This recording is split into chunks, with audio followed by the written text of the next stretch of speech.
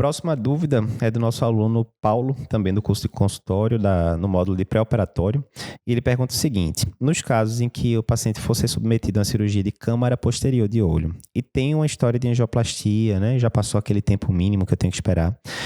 Eu devo indicar só a suspensão do clopidogrel ou o paciente deve suspender o AS e o clopidogrel? Antes da gente ir para o vídeo, só um lembrete, né? Você está vendo aqui esse vídeo no YouTube. Se você não está inscrito ainda no nosso canal do YouTube, você está de brincadeira, né? Todo dia tem conteúdo novo aqui, gratuito, cardiologia, na prática, que você precisa saber. Então, se você não está inscrito ainda, clica aqui embaixo em inscrever-se no canal para você não perder nenhuma novidade. Boa pergunta também. Então, vê. Paciente que é submetido à colocação de stent, né? A gente tem até a atualização da diretriz agora de 2022 falando sobre isso. Como é que eu faço? O paciente, de um lado, está com um stent razoavelmente recente. Então, se eu mando ele para alguma cirurgia da vida, suspendo os antiplaquetários dele, o stent pode trombosar. E aí é bronca, né? A mortalidade desses pacientes é bem alta. Do outro lado, se eu não suspendo os antiplaquetários, o paciente vai operar, ele aumenta o risco de sangramento, porque ele está usando o AS, clopidogrel, tudo junto. Como é que eu faço?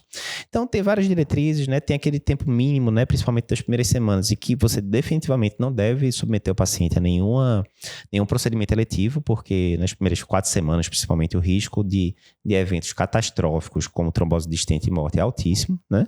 Mas aqui, na questão mandada pelo nosso aluno, já passou esse tempo mínimo. Digamos que o paciente colocou um stent farmacológico há 4 meses atrás, por exemplo, e está precisando fazer uma cirurgia de câmara posterior de olho, por exemplo. E aí, o que é que eu faço? Aí, vamos lá. Quando a gente vai agora para o contexto de cirurgia ocular, a gente tem meio que 2 cenários. A gente tem um cenário onde a gente está mexendo na câmara anterior do olho, por exemplo, o exemplo clássico é a cirurgia de catarata, né? A câmara anterior do olho, eu não sou nenhum especialista nisso, mas enfim, a parte pouco vascularizada e que o risco de sangramentos, complicações é pequeno. Tanto é que a diretriz diz que você pode operar, por exemplo, cirurgia de catarata com o paciente usando varfarina, né, com NR terapêutico, ou o paciente usando dupla antiagregação plaquetária, S-clopidogrel, por exemplo.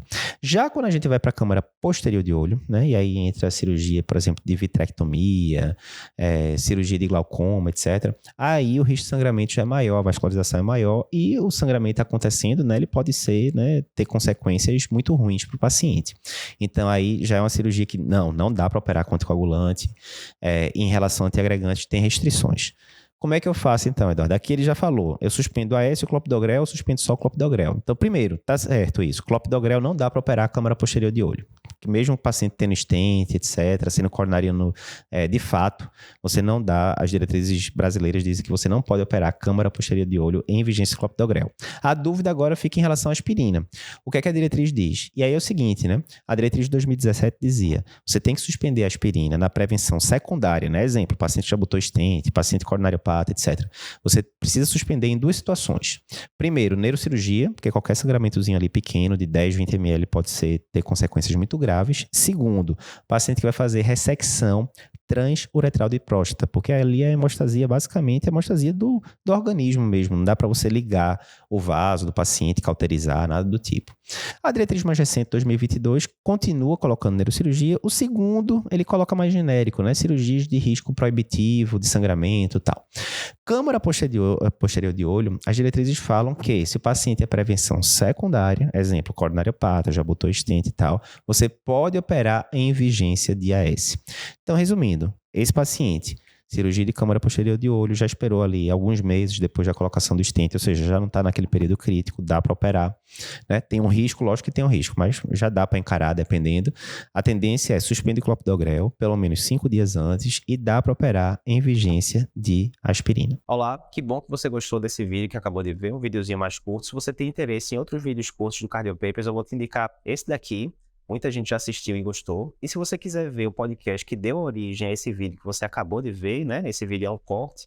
Para ver o episódio completo, clica aqui na esquerda e você vai conseguir ver o episódio completo do podcast.